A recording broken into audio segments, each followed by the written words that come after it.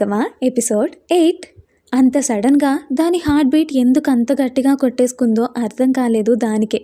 మెల్లగా గుండెపై చెయ్యేసి రుద్దుకుంటూ, వీడికేదో అయ్యింది, ఇంత తొందర ఎందుకు, ఈడియట్, ఊరికే నన్ను భయపెట్టి చంపాడు. గుండెని రుద్దుకుంటూనే రూమ్లోకి వెళ్ళిపోయింది నిక్కి.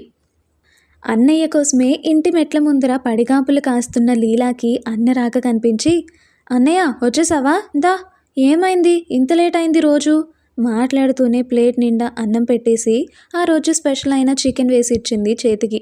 ప్లేట్ తీసుకుంటూ దాని చేతికి కట్టు చూసి సూటిగా చూశాడు రంగ.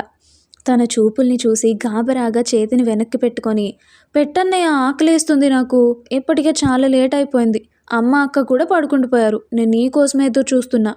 కావాలనే ఏమైందో అడుగుతాడు అని తెలిసే దాచేస్తుంది అని అర్థమయ్యి మౌనంగా ముద్దలు కలిపి తినిపించాడు రంగ.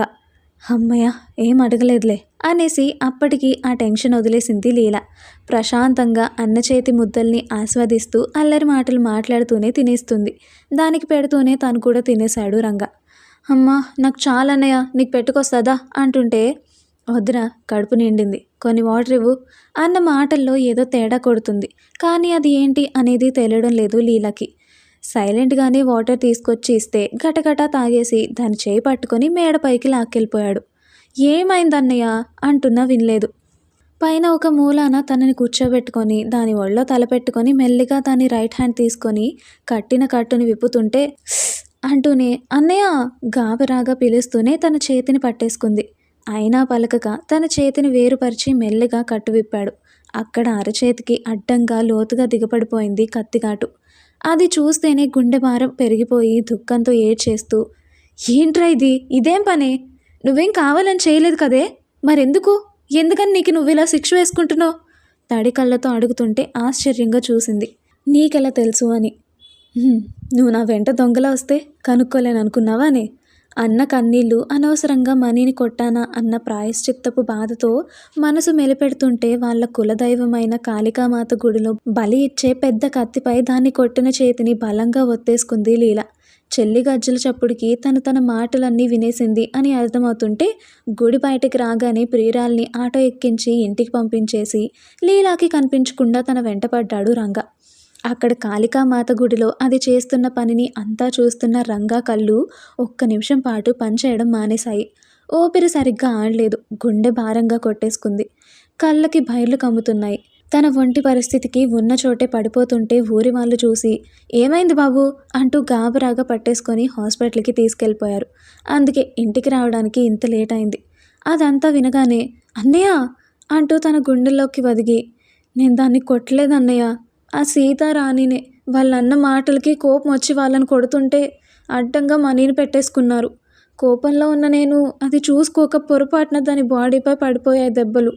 అప్పుడున్న కోపంలో నేను తేరుకొని దాన్ని పక్కకు తీసేలోపు వాళ్ళు తనని నా వైపుకు దొబ్బేసి పారిపోయారు. నా మీద కోపంతో నా బయట లాగేసి విసిరి పడేసి నన్ను కొలంలోకి పడేసి వెళ్ళిపోయింది అది. నిజంగా దెబ్బలు ఇంతలా తగులుతాయని నేను అనుకోలేదు అన్నయ్య, ఐఎమ్ సారీ వెక్కుతూనే చెప్తుంటే, రే ప్లీజ్ రా, ఏడవకే, ఇప్పటికే దాని బాధ చూడలేక నా గుండె తరుక్కుపోతుంది, ఇక నిన్ను కూడా ఇలా చూసిన ప్రాణం తట్టుకోలేదే, ప్లీజ్ కదా, నా బంగారం కదా, ఏడవకుమా, ఏడవకే అంటూ కళ్ళని నీట్గా తుడిచేసి దెబ్బకి తెచ్చిన ఆయింట్మెంట్ని మెల్లిగా తన చేతికి అప్లై చేశాడు. ఆయింట్మెంట్ మంట తీస్తున్న పంటి బిగున బాధని అణిచేసింది కష్టంగా. మరీ అంత కష్టపడకలేవే, నువ్వు నిద్రపోతున్నా నీ ఆలోచనలు నీ మనసు ఎలా ఉంటుందో పసిగట్టగలిగినోడిని నా దగ్గర నీ నటన చూపించుకో మందు అప్లై చేస్తూనే అన్నాడు రంగ. నొప్పి తీస్తున్నా అన్నయ్య అన్న మాటలకి చేస్తున్న యాక్టింగ్ని ఆపేసి పెదవి విరిచి చెప్పింది. అబ్బబ్బో, చేసేటప్పుడు తెలియలేదులే. లేదన్నయ్య, ఇంతటి బాధ అది దీనికన్నా ఎక్కువ పడుంటుంది అనేసి మదికి నొప్పి తగులుతున్నా తట్టుకున్నా. దాని పలుకుల్లోని అమాయకత్వం దానికి తెలియకపోయినా అన్న మనసుగా రంగా గుండెను బలంగా తాకుతుంటే, ఇంకోసారి ఇలాంటి పిచ్చి పనులు చేయకు బేబీ ప్లీజ్ అని అన్నాడు రంగ.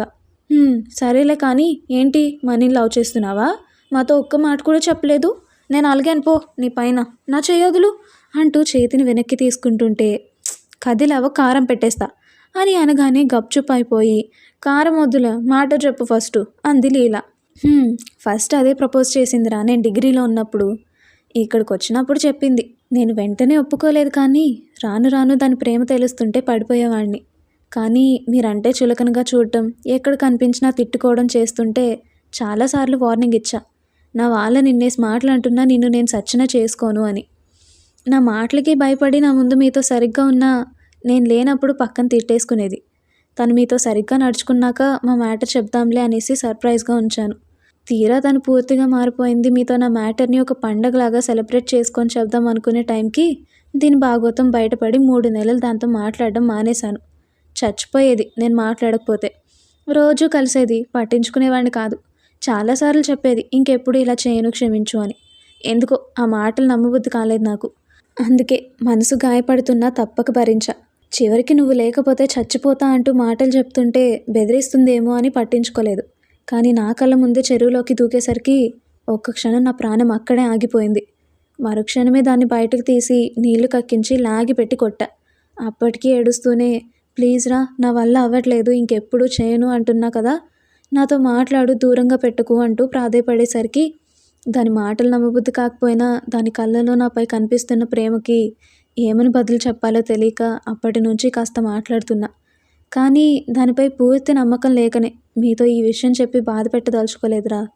అప్పటికే అన్న మాటలకి చిన్నపిల్లలా ఏడుస్తూనే ఏంటన్నయ్య నువ్వు మరీ ఇలా ఉన్నావు, పాపం దాన్ని ఎంత బాధ పెట్టావు, నాతో అయినా ఒక మాట చెప్పాల్సింది కదా, నేను చూసుకునేదాన్ని, అయినా చచ్చే వరకు నీతో తోడుగా ఉండేది అది మాత్రమే, మా కోసం దాన్ని ఎందుకు దూరం పెడుతున్నావు అని ఏడుస్తూ అంది లీల. చంపేస్తా బేబీ, ఇలాంటి మాటలు నా దగ్గర మాట్లాడవంటే. నాకంటూ పెళ్ళయ్యేది మిమ్మల్ని అందరినీ యాక్సెప్ట్ చేసిన దాంతోనే. అది కాక ఎవరు యాక్సెప్ట్ చేయకపోతే నేను జీవితాంతం ఇలానే ఉండిపోతా. ఇదే నా ఫైనల్ డెసిషన్. ఇంకేం మాట్లాడుకో, పట్టు, నోరు తెరువు, ఈ టాబ్లెట్ వేసుకో, కాస్త నొప్పి తగ్గుతుంది. మాట్లాడుతూనే టాబ్లెట్ నోట్లో కుక్కేసి ఇక పద, దేని గురించి ఆలోచించకుండా ప్రశాంతంగా బజ్జో పో, రేపటి నుంచి చాలా పనులున్నాయి మనకి, పద పద. దానికి మాట్లాడే ఛాన్స్ కూడా ఇవ్వకుండా తనకు తానే మాట్లాడుతూ కిందకి తోస్తుంటే అబ్బా పోతున్నాలే అన్నయ్య ఓ దొబ్బ.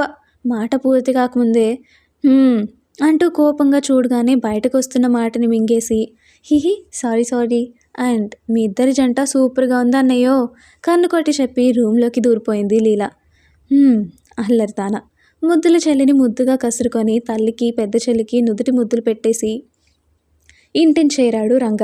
ఇంటిని చేరగానే తన రూమ్ సైడ్ ఉన్న పెరట్లో తన కోసం ఎదురు చూస్తున్న మనీని చూసి నువ్వేంటి ఇక్కడ, అది ఈ టైంలో ఎందుకు వచ్చావు అడుగుతుండగానే పరుగున వచ్చేసి అమాంతం తన మీదకి ఎగిరి మెడను చుట్టేసి ప్రేమగా ఒక ఘాటు ముద్దు తీసేసుకొని మెల్లిగా కళ్ళు తెరుస్తూ గుర్తొచ్చావు కన్నా అందుకే చెప్తూనే వెనక్కి వెళ్తూ ఇక వెళ్ళొస్తానే బాయ్ అంటుంటే దాని సడన్ ప్రక్రియకి ఉన్న చోటే బిగుసుకుపోయిన వాడి చెవిన దాని పలుకులు పడగానే తేరుకొని దొంగ పనులు చేసి చల్లగా జారుకుంటున్న దాని చెయ్యి పట్టి లాగేసి గోడ కానిచ్చి దాని కళ్ళలోకి చూస్తూ నీకు ఇష్టం వచ్చినట్టు వచ్చి నచ్చిన పనిని చేసుకొని వెళ్ళిపోతే ఇక్కడ నేనేమైపోవాలి బేబీ అని అంటూ దాని పెదవుల వంకే చూస్తూ కింద నడుముని మెల్లగా ప్రెస్ చూస్తూనే అల్లరిగా మాట్లాడుతూ అది ఇచ్చిన ఘాటు ముద్దుకి భిన్నంగా ఎంతో ప్రేమగా ఒక స్వీట్ స్మూత్ ముద్దుని తీసేసుకున్నాడు రంగ.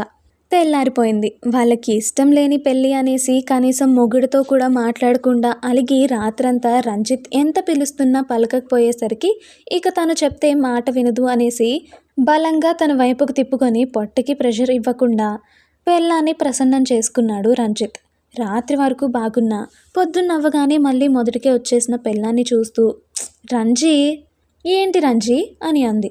నన్ను ఇమిటేట్ చేయకే అని రంజీ అంటే నేను చేస్తా అని అంది. కొరుకుతా అని అతనంటే అయినా చేస్తా అని అంది ఆమె. దొంగదాన నీ అల్లరి ఎక్కువైందే అని అన్నాడు అతను. మీకన్నా కాదులే అని అంది రంజి.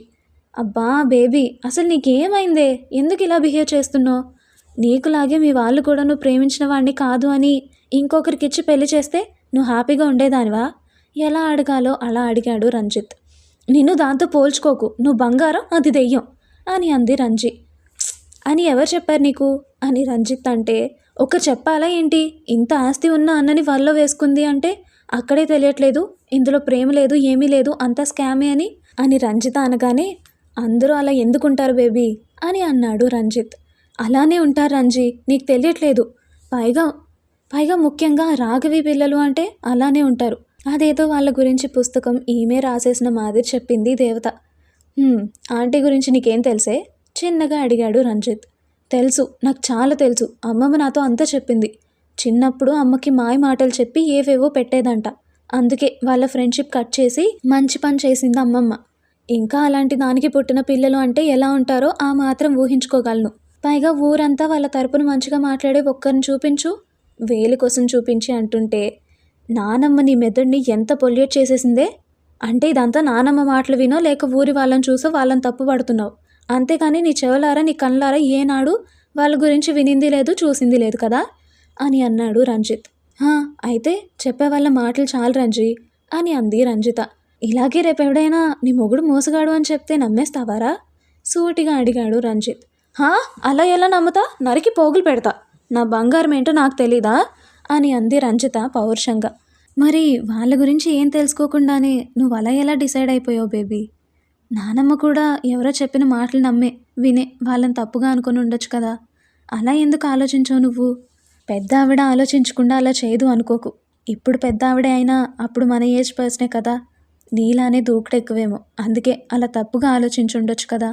నువ్వెందుకు అలా ఆలోచించలేకపోతున్నావు అని అన్న భర్త మాటలకి ఆలోచనలో పడుతూనే, నాకు అదంతా తెలియదండి. ఏది ఏమైనా తన అన్నని ట్రాప్ చేసింది. I hate her and I hate her family అంతే. ఇక వాళ్ళ గురించి మన దగ్గర డిస్కషన్ అనవసరం. ఇంత పొద్దున్నే పెట్టేశారు నాకు పెంట అంతా. ఇక అది వదిలేయండి, నాకు కాఫీ కావాలి చిరుబుర్లాడుతూ విసుక్కుంటూనే బెడ్ రెస్ట్ కానుకొని చిన్నగా అడిగింది. నేను తేను, తెచ్చుకోపో నువ్వే. ఎన్ని చెప్పినా కురుక్షేత్రంలో అర్జున్లా ఓ వితండవాదం చేస్తుంటే ఇక నేనేం చెప్తాను. తన ప్రవర్తనకి కోపం వచ్చి అన్నాడు కాస్త కోపంగా. ఆ మాటకి ఏడుపు అందుకొని సరేలే నేనే తెచ్చుకుంటా అంటూ లేవబోయేది కాస్త స్లిప్ అయింది. అంతే, కింద పడుతున్న క్షణంలో పరుగున వచ్చి పట్టేసుకున్నాడు రంజిత్.